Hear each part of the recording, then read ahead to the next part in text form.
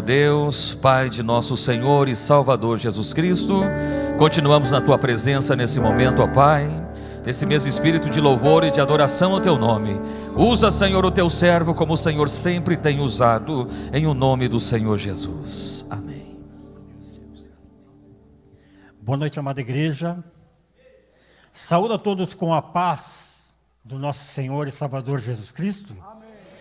Aproveitando que vocês estão em pés, peço que vocês abram a Bíblia no Evangelho de Jesus, escrito por Lucas. Evangelho de Jesus, escrito por Lucas, capítulo de número 13.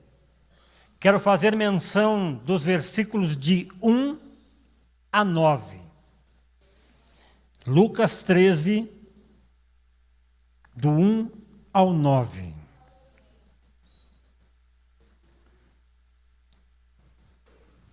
Após a leitura, peço que os irmãos possam manter as suas Bíblias abertas.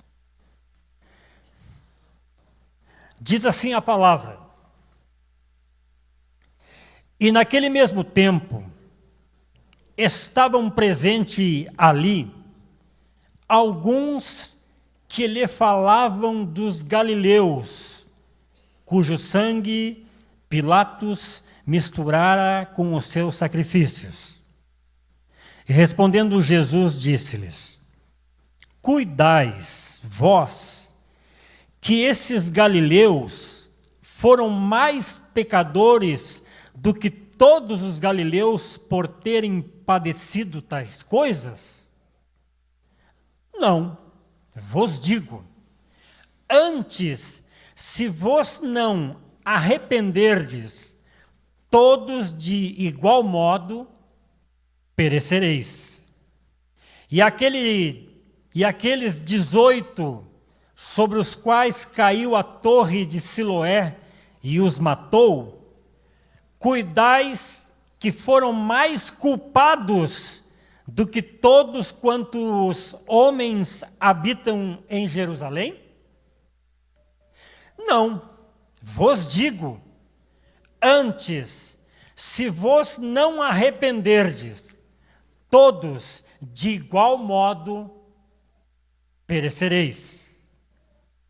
E dizia esta parábola: Um certo homem tinha uma figueira plantada na sua vinha e foi procurar fruto nela, não o achando. E disse ao vinhateiro: Eis que há 3 anos venho procurar fruto nesta figueira e não o acho. Corta. Porque ela ocupa ainda a terra inutilmente? Versículo de número 8 e 9. E respondendo ele, disse-lhe: Senhor, deixa a este ano, até que eu a escave e a esterque. E se der fruto, ficará. E se não, depois a mandarás cortar. Amém? Pode tomar o seu assento?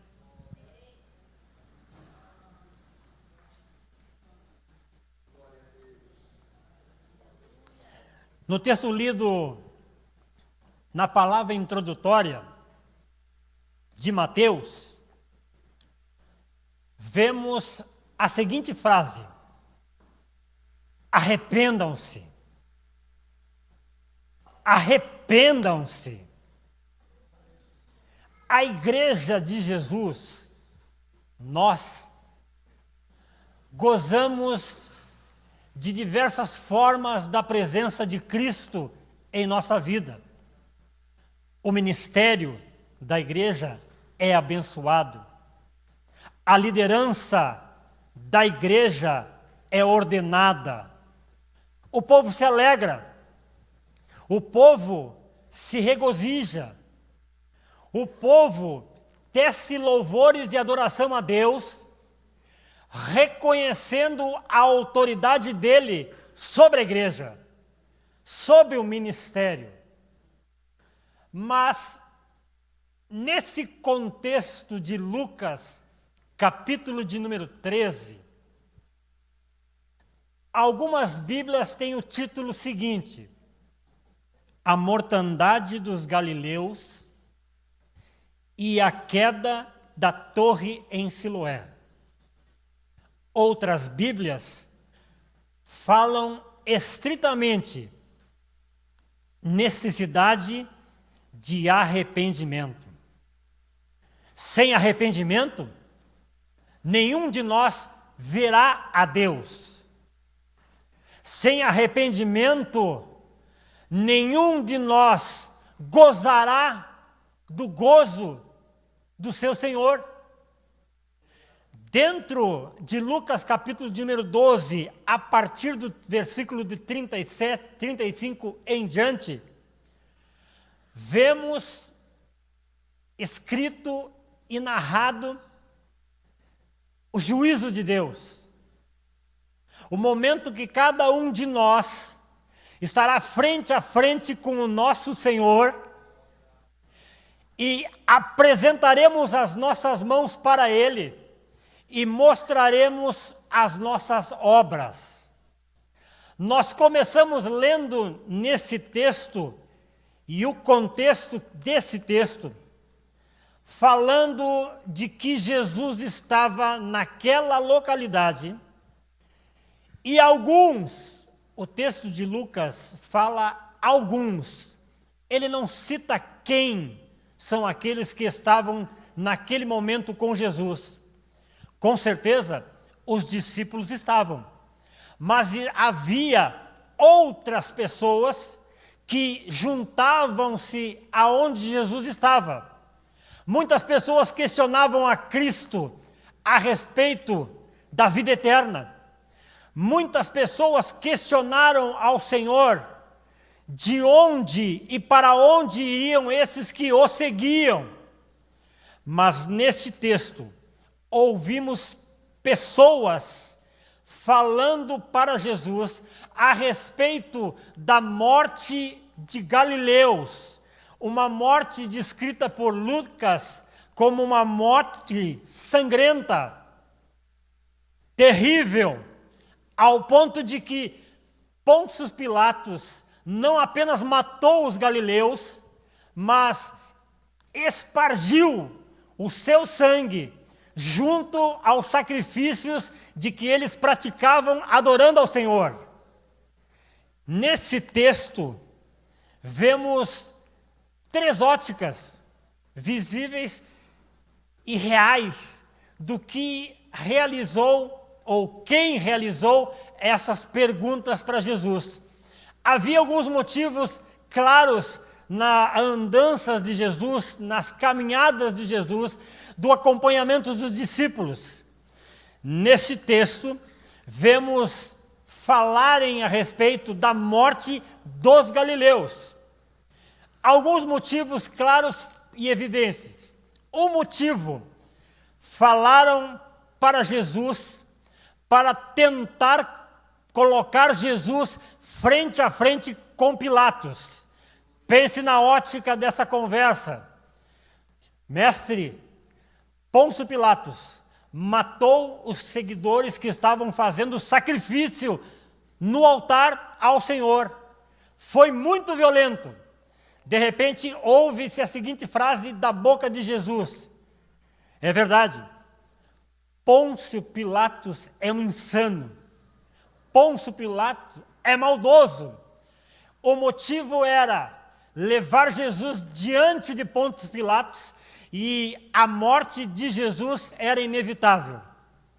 O segundo motivo dessa conversa, assunto de Galileus, da morte de Galileus, era um motivo de aviso para Jesus, tentando alertar ao mestre: mestre, evite falar de Pôncio Pilatos, evite se dirigir a respeito do seu comando, evite qualquer forma que o faça trazê-lo à sua presença e ele matá-lo.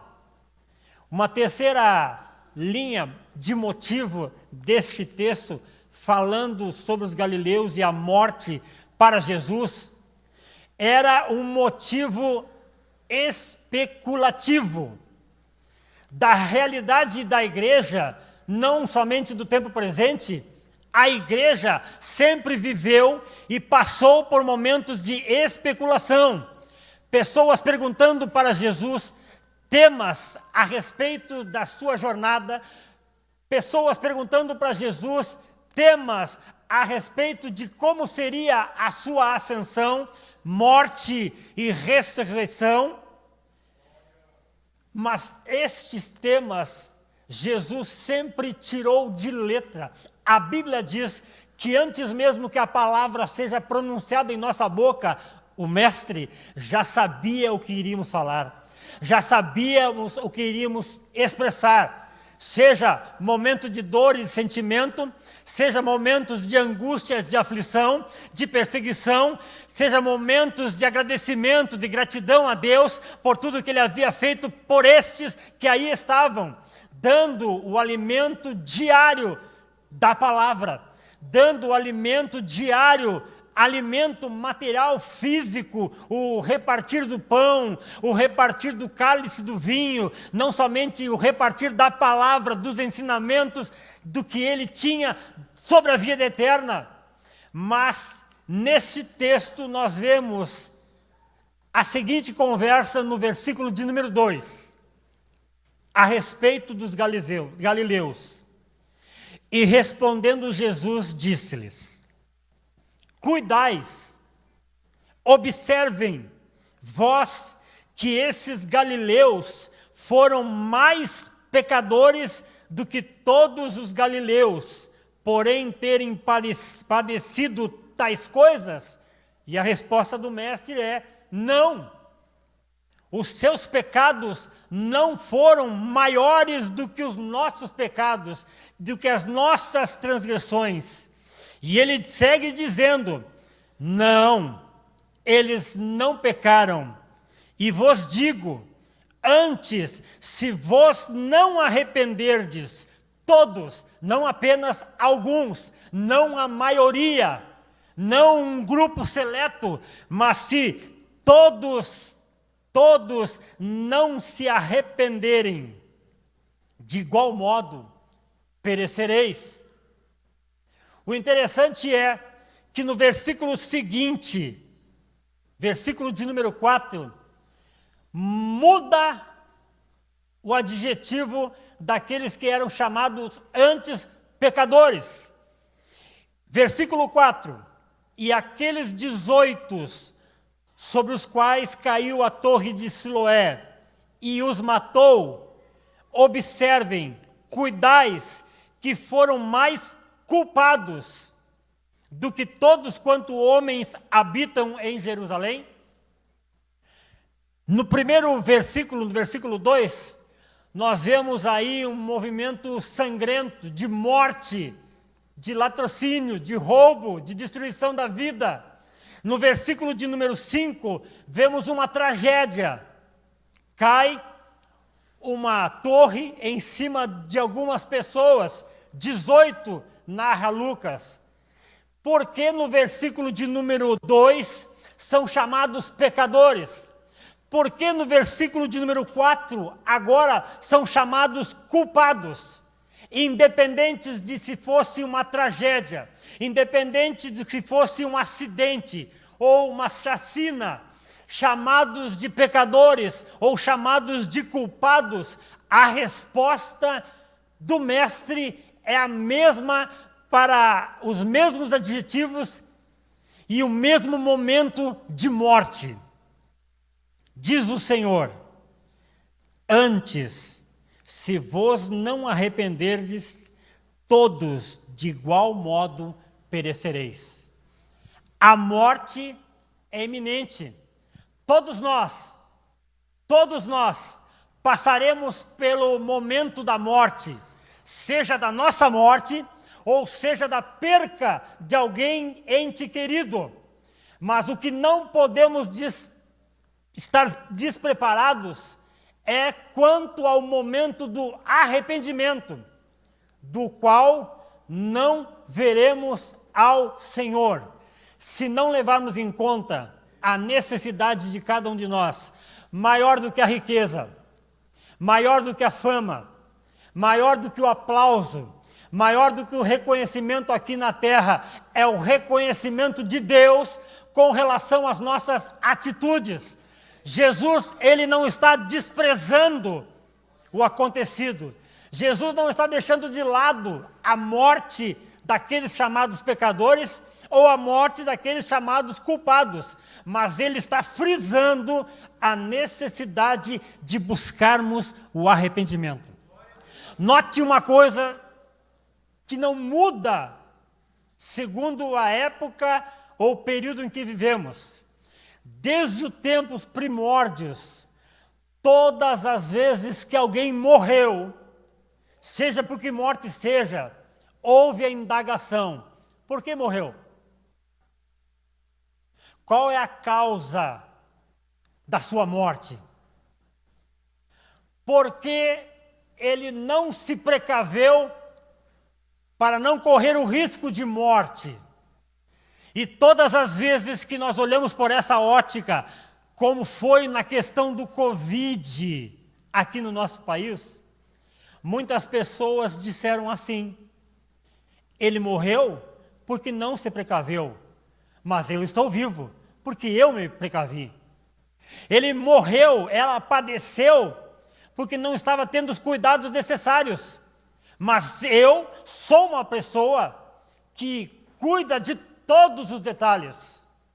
Nós criamos, sobre uma ótica nossa, humana, como se nós fôssemos um superlativo, que aquela pessoa que morreu e agora está morta, eu estou vivo, isso é um crédito meu, algo que eu tenho uma habilidade e não que seja a proteção divina de Deus.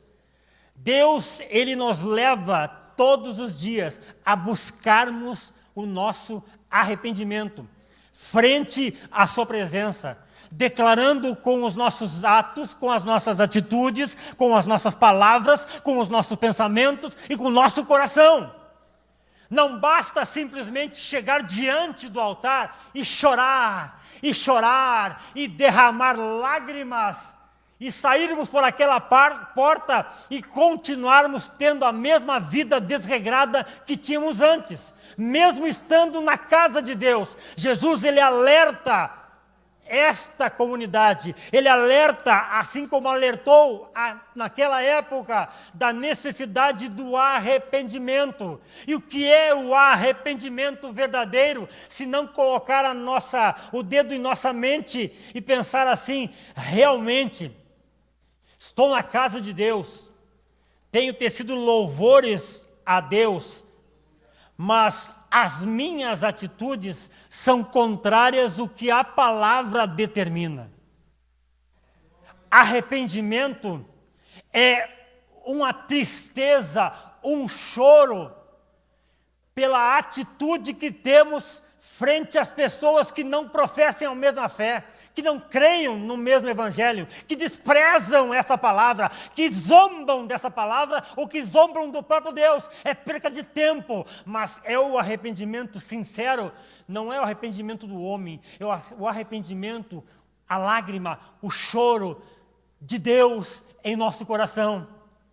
E por último, o arrependimento a qual Jesus relata nesse texto, era um arrependimento em que você para o que você está fazendo, deixa de fazer as más obras, e não somente isso, deixar de fazer as más obras, mas começar agora a continuar fazer boas obras.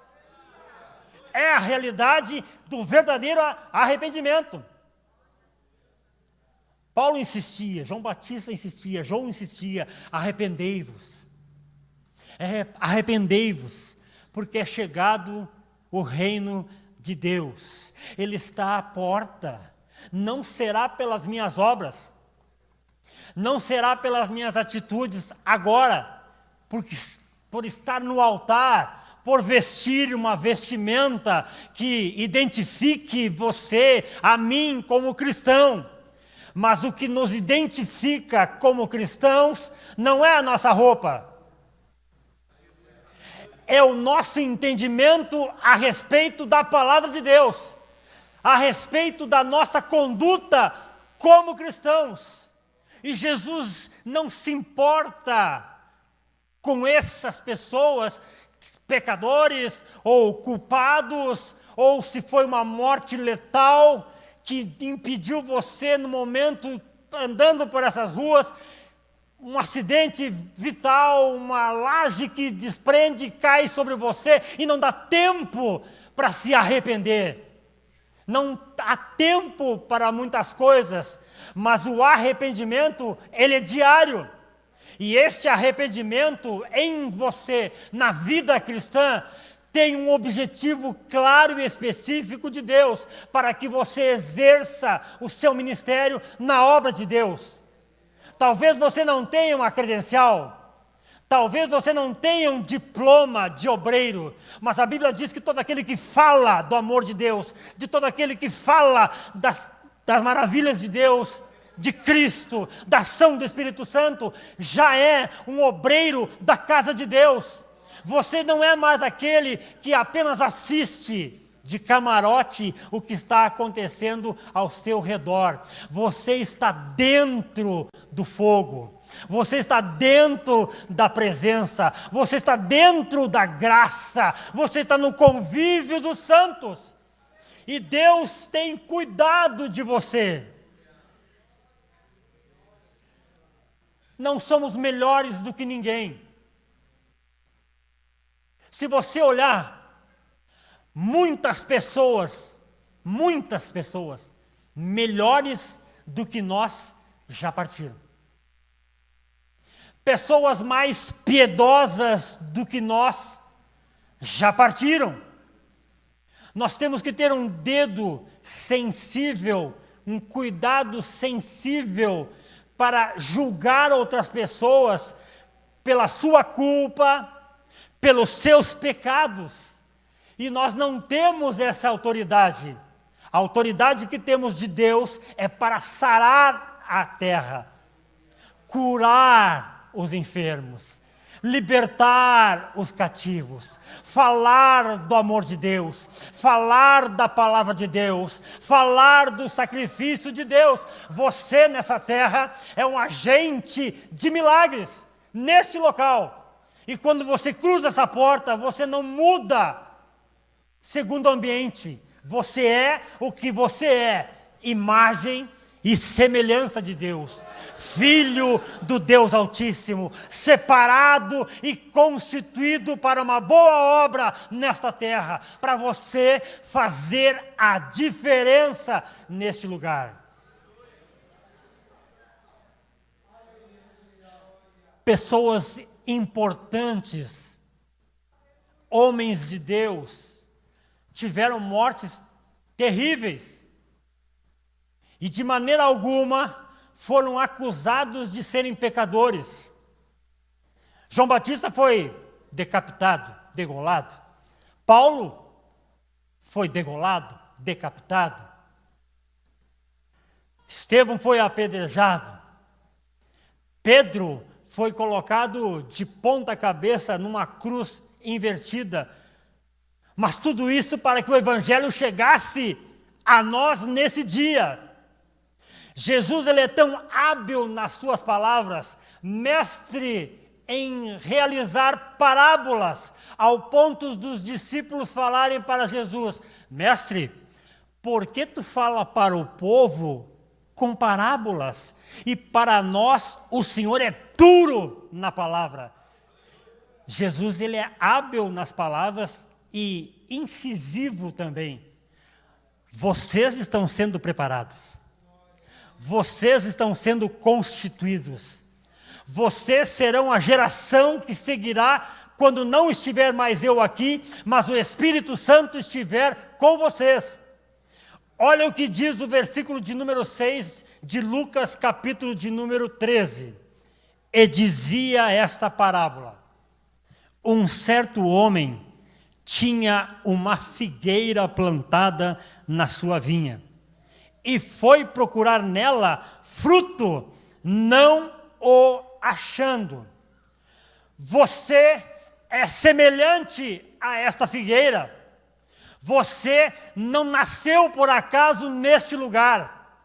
Você não é uma árvore do local. Você foi plantado naquele lugar. Você é plantado nessa terra para fazer a diferença, segundo o Evangelho de Cristo. Segundo o ministério que você é constituído, havia um certo homem e ele plantou esta figueira. O salmista diz: você foi plantado nessa terra como uma árvore colocada à beira do ribeiro. Vai vir o tempo difícil, vai vir a escassez, vai vir a falta, mas você, no tempo hábil, irá produzir frutos. Você produzirá frutos. Nos arrependemos para que possamos nessa terra produzir frutos. Não há sentido nenhum de andarmos nessa terra, ouvirmos a palavra de Deus, sermos alimentados por ela, sermos conduzidos por ela, se não gerarmos frutos. Frutos dignos de arrependimento. Você tem uma responsabilidade como igreja. Você foi plantado nesse lugar.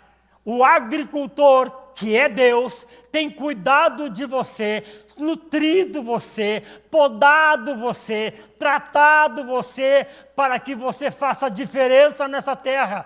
Tudo que você tem recebido de Deus é para gerar frutos. É para estar enxertado na videira que é Cristo. Diz o versículo de número 7, e disse ao vinhateiro, eis que há 3 anos venho procurar fruto nesta videira, e não o acho. Corta. Retira da terra.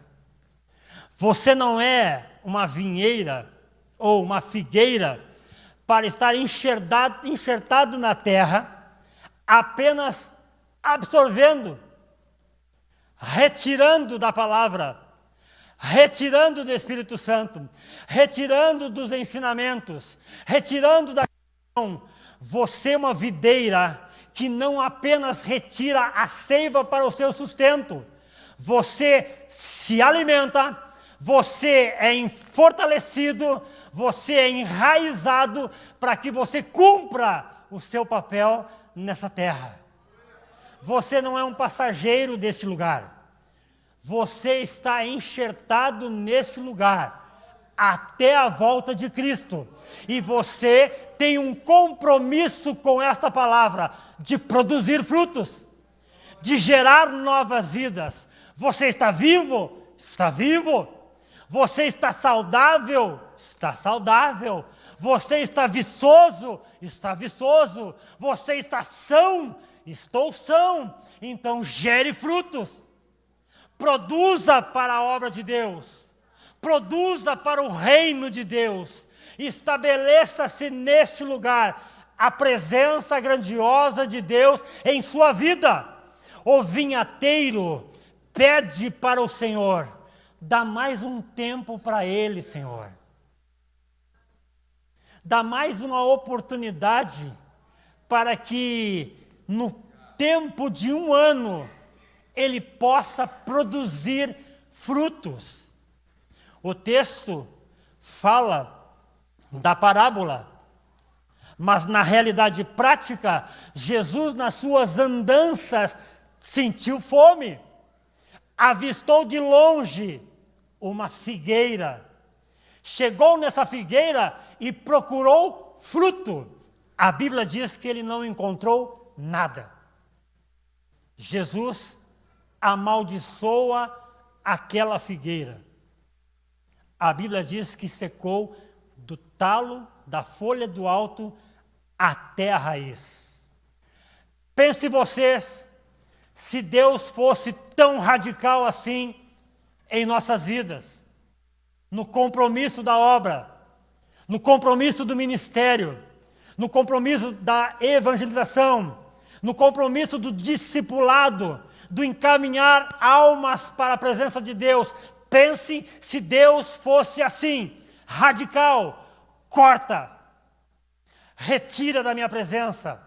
A Bíblia diz que João Marcos estava com Paulo e com Barnabé em uma das viagens. João Marcos desiste da viagem e sai da presença de Paulo e Barnabé. Imagine se Deus dissesse assim: João Marcos não quer trabalhar mais? Então está fora. Não tem mais para ele. Está podado, retirado da minha presença. A Bíblia diz que Deus deu mais uma oportunidade para João Marcos. Paulo não, mas Deus deu. E João Marcos escreve o primeiro evangelho, falando das bem-aventuranças de Deus, dos milagres do Senhor, dos trabalhos na obra. E Paulo, passado muito tempo, reconhece o valor daquele que ele havia desprezado. Pense se vocês tivessem sido cortados e não recebessem uma segunda chance para estar nesse lugar. Eu creio nesta noite